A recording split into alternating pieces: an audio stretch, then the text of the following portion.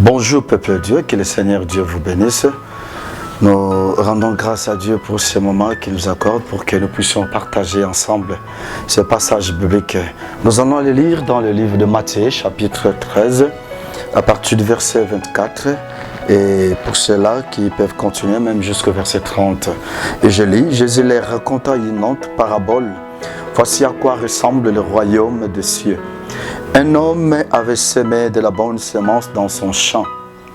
Une nuit, pendant que tout le monde dormait, un ennemi de cet homme vint semer de la mauvaise herbe parmi le blé et s'en alla. Lorsque les plantes poussèrent et que les épis se formèrent, la mauvaise herbe parut aussi.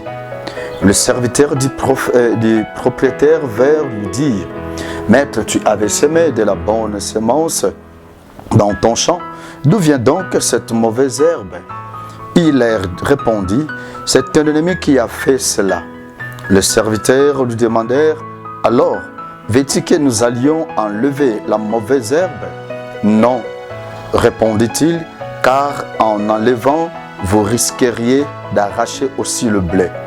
Laissez-les pousser ensemble jusqu'à la moisson, et à ce moment-là, je dirai au moissonneur, enlevez d'abord la mauvaise herbe et liez-la en botte pour la brûler, puis vous rentrerez le blé dans mon grenier. » Bien-aimés, je voudrais partager sur ce thème que j'intitule ce matin la détermination, la persévérance avec le Seigneur Jésus-Christ. Détermination par rapport à la motivation que nous les chrétiens nous devons en avoir. Ce temps que nous sommes est un temps prophétique. Tous les enjeux nous montrent que la fin de toute chose est proche. Et c'est pourquoi je vais parler sur la détermination pour nous motiver, nous les chrétiens, pour être déterminés par rapport à notre appel. Nous venons de lire la parole de Dieu qui nous montre sur la sémence, qui nous parle de la sémence. Et lorsque le maître était venu semer de la bonne sémence, l'ennemi est venu aussi semer de la mauvaise sémence.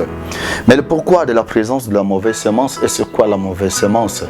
La présence de la mauvaise sémence, c'était pour étouffer la bonne croissance de la bonne sémence. Et deuxièmement, la mauvaise sémence, c'est tout ce qui est les œuvres du diable, les œuvres du malin, qui s'accomplissent, qui se réalisent à ce temps que nous sommes d'une manière tantôt d'une autre. Alors, la bonne sémence ici sont les enseignements, la parole de Christ, la parole de Dieu que nous avons reçue et la présence de Christ dans notre vie. Nous savons à ces derniers temps que nous sommes, l'ennemi travaille pour décourager, pour affaiblir, pour que beaucoup de chrétiens puissent devenir rétrogrades, comme nous le voyons au jour d'aujourd'hui. J'aimerais vous exhorter, vous qui êtes en train de me suivre, que vous soyez motivés par ces passages pour être toujours déterminés. Vous devez comprendre que tout ce qui vient travailler pour vous déstabiliser spirituellement, vous affaiblir spirituellement, menacer l'église de Dieu, c'est livrer. Ce qu'on appelle la mauvaise herbe du diable, les herbes du diable pour anéantir l'église du Seigneur.